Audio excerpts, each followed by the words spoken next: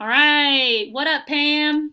I am going to go to the Google Classroom that I have created today. These are all the classrooms that I'm in. This is the classroom from this year, and then here is the one that I just created today. So the first thing I had to do was set up the Google Classroom, and here it is. The next thing I had to do was invite people to my Google Classroom. So I invited my team to my Google Classroom. The next thing I had to do was change my theme. So I changed my theme here. I geek out on making Google Classroom headers. So this is just the one that I quickly created today. The next thing I needed to do was create a topic to organize. So I'm going to go straight over to classwork. I am going to go to topics. So there are other topics in here, but the one that I created today was a daily assignment topic. So under here are the assignments that I also created, which is the next thing.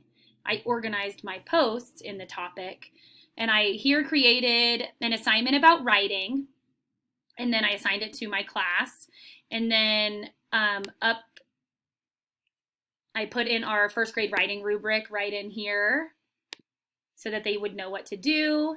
And then another assignment that I created just because my team wanted to know how to make the Google header, but they don't necessarily have time to do it right now. I just told them that I would upload it here, and there's a PDF tutorial, and then here are some examples based on that tutorial. So I put in the most basic tutorial, and then when they want to get more experience, then I would just share with them the more difficult, advanced Google Classroom headers.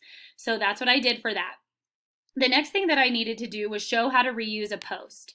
So I know that you have to go to create, and then you go to reuse the post, and then you click on really whatever you wanted to, reuse. I thought it was super cool, and so this is something that I learned. You can take other Google Classroom's posts as long as you are a part of their classroom. So like if Ms. Jones had something really, really cool on her Google Classroom, then I'm like, oh girl, best idea ever. I'd ask her, I'd be like, hey, can I use your post in my Google Classroom? And she would say yes or no, and then I could reuse her post on there, which then would make collaboration through Google Classroom a lot easier, like if you compartmentalize subjects and all of that. So the ones that I did was daily attendance because that was such a big deal for e-learning, and then the weekly apps here, Epic, Lexia, and then ST Math because those are required and available over the summer. So I just reused those. The next thing I had to do was show how to organize and move materials under topics. That we already knew how to do. So you just drag and drop to move the assignments. Okay, so then create and grade student work. So I created an assignment, and then I had Ms. Jones did this one. So I had already graded it. It said turned in 1 here, and then I graded it. So I went over here and I looked at it. A different screen popped up, but you already know. So it came up and it looked just like this. So then I highlighted some stuff, whatever, and I added some comments right here. What kind of questions will you ask? Fun ones or academic ones? And then she can respond. Over here, my thing is kind of moving. I hope I moved myself. I'm not sure if I did. But I thought the private comments were really, I loved the private comment part. I didn't know that it had existed. So then after that, I graded it, and then I clicked return. Super simple. Definitely want to use this last year. We did not use this year. We kept everything pretty simple in a Google Doc. So Lisa or Miss Jones and I were talking, and we're like, let's utilize this for some things. Doesn't necessarily have to be with writing. So then I'm going to come back over to my classroom. So the next thing I had to do was communicate with my class. Good morning. This week is going to be fantabulous as usual. Let's smile, laugh, and persevere to get the most out of our time together. You've got this. See you soon. I've had comments. Allison commented on here, and then Miss Kelly commented, and I commented back. And then the next thing I had to do was communicate with my guardian. So how I did that was I went to people, email all the guardians, and I sent them a quick email saying, hey, thanks for being a guardian, LOL, because it was just a joke email. And then we moved on from there. That's not something that I utilized this last year with e-learning. Only because I had a misconception that if it says invited next to it, you couldn't email them. Well, that's not true. You can still email them. So knowing that, I definitely, well, maybe I won't, but maybe I will utilize that more. I just set up a group on Gmail for contacts, and I just typed in parents, and it all just popped up. So um, that was it. I don't know which one I'm going to utilize more. I don't think it really matters at this point. So I did that. So then I'm going to the advanced options, edit classroom information. I did that. I don't really know how to find it, but for the location, I put my house, and then I did update a header. I did not use Google Drawings, but I'm definitely going to look into that for that. So here's my video. I'm going to do the step 2, the level 2, and all of that in the same video. So the question would be, demonstrate one thing that you learned from this level on the level 2. Well, I learned from this level all the extra apps that you can, or the podcasts and all of that. I guess I read that wrong. I need to go back and do that. I didn't want to go down the rabbit hole right this second of all the things that I could do. So I might have to come back to that and just type it in there. But I'm going to listen to some of the podcasts and then look at that one lady that you said for the younger kids. I'm totally going to look at her. And then the other lady, the very first lady that you said in your PD this morning, I already follow her on everything. And then the next one would be, what takeaways do I have after completing this course? Well, I learned how to create an assignment. I got to work with one of my teammates on doing it. We figured out like the highlighting. One thing that we did have a question on was when we created the assignment. Never mind. It said 100 points and then ungraded. So we were like, is that it? Like, what if we don't want it to be worth 100 points? But I just figured out how you can change that.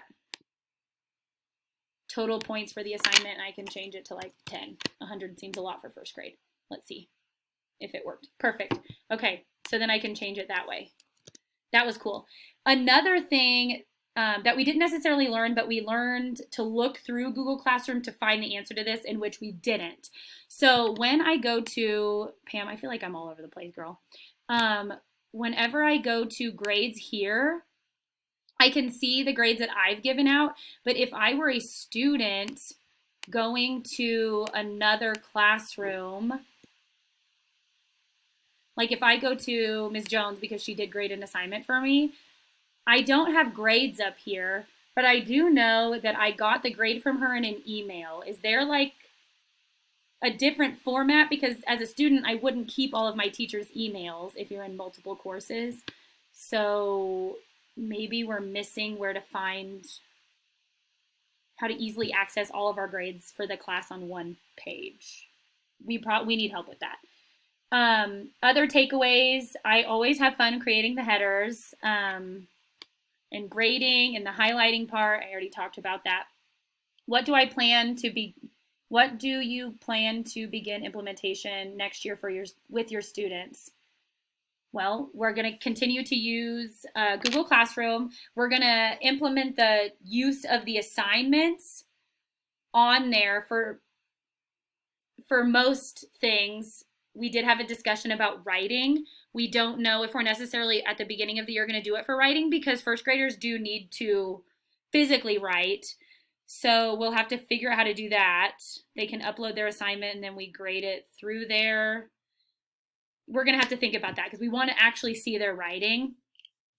Then what am I confident about with Google Classroom? Creating headers. I'm confident that I have like really, really good ideas on how to do, how to implement like the actual ideas and like forms and inserting audio into the forms and submitting things and troubleshooting for the most part.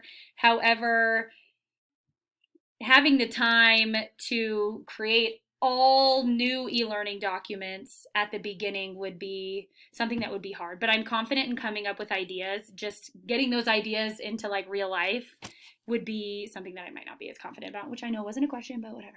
Oh wait, no, it was. What challenges? So turning my ideas into reality might be a challenge. Time constraint. And then what further support or training or resources, just finding the grades all in one would be something that would be beneficial for families. I'm sure it's here. We just couldn't find it. And support or training, not necessarily for me, but maybe as a parent, or I already know some of this stuff and I figure it out as a parent, but other parents might need help. So what you were talking about, coming up with tutorials for families, absolutely. I think that's a great idea. I'm pretty quirky, so I don't know if you want me making videos or like anything, but I definitely, Pam, can help you. Like if you give me a task, I'm going to get it done. So I'm like super happy to help. However you want me to help. Okay. All right. It's been real, Pam. I'm so glad you're going to work at Stetson. This is going to be great. If you need anything else or I missed something, please let me know and I'll type it in the evidence box. I hope you have a great day. Bye.